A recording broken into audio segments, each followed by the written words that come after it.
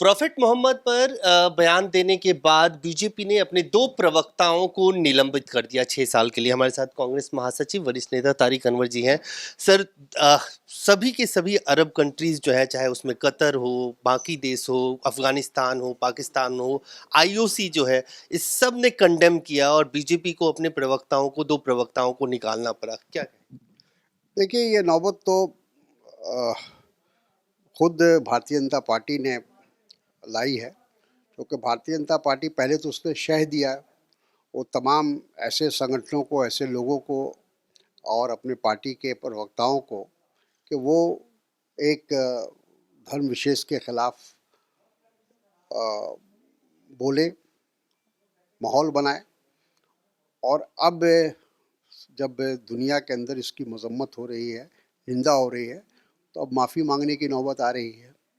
तो दुखद है कि भारत जैसे देश में जो हमेशा से सेकुलरिज्म और धर्मनिरपेक्षता की बात करता रहा है, आज उस देश को भारतीय जनता पार्टी के प्रवक्ताओं की वजह से, उनके गलत रवैये की वजह से माफ़ी मांगनी पड़ रही है, अरब देशों से भी और दुनिया के दूसरे देशों से भी।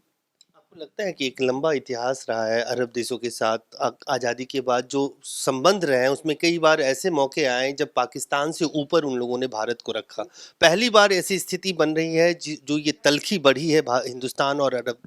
बिल्कुल, कश्मीर के इशू पर हो या और दूसरे इश्यूज़ पर हो, हमेशा अरब देश हमारे साथ खड़े रहे हैं।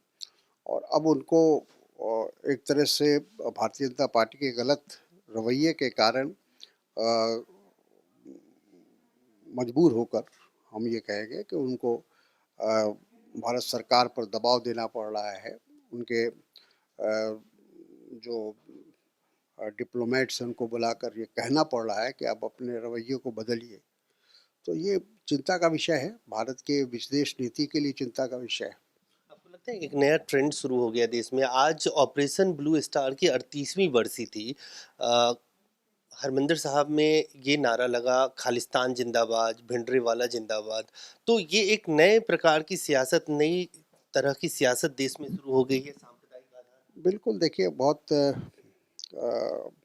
यूँ कहा जाए कि देश बहुत संकट से गुज़र रहा है और जो देश के अंदर जो अलगाववादी शक्तियाँ हैं, वो मजबूत हो रही हैं। और इस तरह के जो खुलेआम नारे लगाए जा रहे हैं या इस तरह का जो अ, लोग रवैया अपना रहे हैं, ये बहुत ही चिंता का विषय है देश की एकता अखंडता के लिए। जबकि एक तरफ इंदिरा गांधी जी ने अ, कुर्बानी दी थी, अपनी बलिदान दिया था देश को बचाने के लिए, देश की एकता के लिए। आज इस तरह के नारे लग रहे हैं खुलेआम, तो ये चिंता का विषय है देश के लिए। पार्टी की नई सरकार पंजाब में बनी है। 75 दिनों में 75 से ज़्यादा लोग मरे, जिसमें सिद्धू मूसावाला की हत्या हुई। कल राहुल गांधी भी जा रहे हैं उनके परिवार से मिलने के लिए।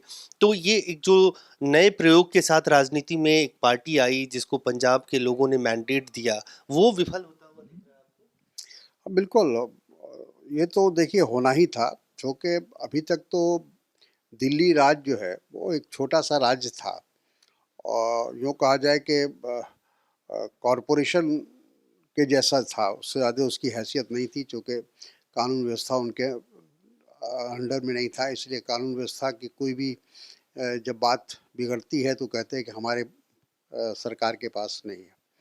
तो इसलिए, लेकिन अब पता चल रहा है लोगों को, पंजाब जैसे राज्य की जो स्थिति और चंद दिनों में जो सामने आ रही है, वहाँ की कानून व्यवस्था हो या जिस तरह से और भी चीज़ों की बिगड़ती हालत को देखते हुए लोगों को महसूस हो रहा है कि अ, मतलब यूँ कहा जाए, भ्रष्टाचार की भी बातें आई हैं।